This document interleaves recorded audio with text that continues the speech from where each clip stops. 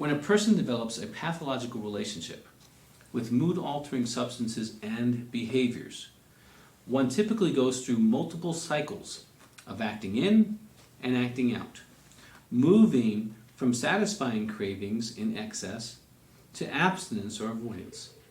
When acting out, boundaries collapse. One is physically present but emotionally absent.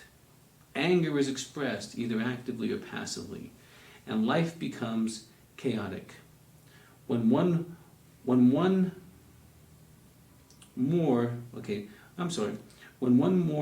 to the opposite extreme and acts in, boundaries become rigid. One becomes physically or emotionally isolated from others, experiences fear and anxiety, and finds life dull and empty. One then moves from acting in to acting out, from being in control to being out of control. Increasingly polarized extremes intensify the pain and the suffering.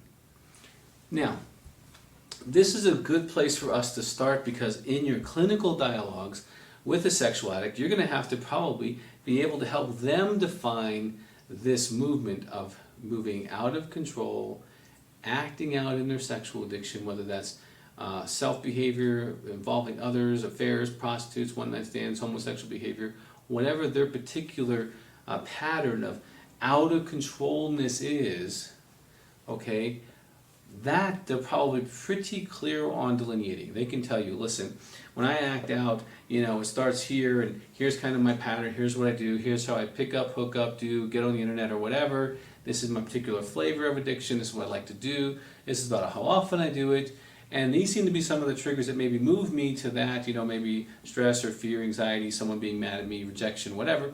Some of the emotional states that move them towards that. They might have some real insight into that, but few will have immediate insight into the acting in pattern.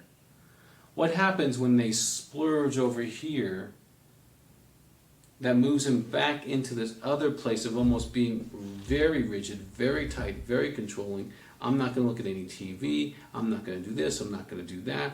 And there's this acting in thing. They won't have sex maybe with their spouse, maybe they have the anorexia form, they deprive themselves from that intimacy with their spouse.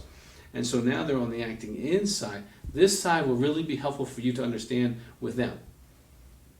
And it kind of goes like this. We'll use the proverbial Joe throughout our... Does someone you love suffer from drug addiction? Accidental drug overdoses are the #1 cause of unnatural deaths. Don't wait until it's too late. Call our 24/7 helpline at 1-800-648-6734. A caring addiction specialist is awaiting your call.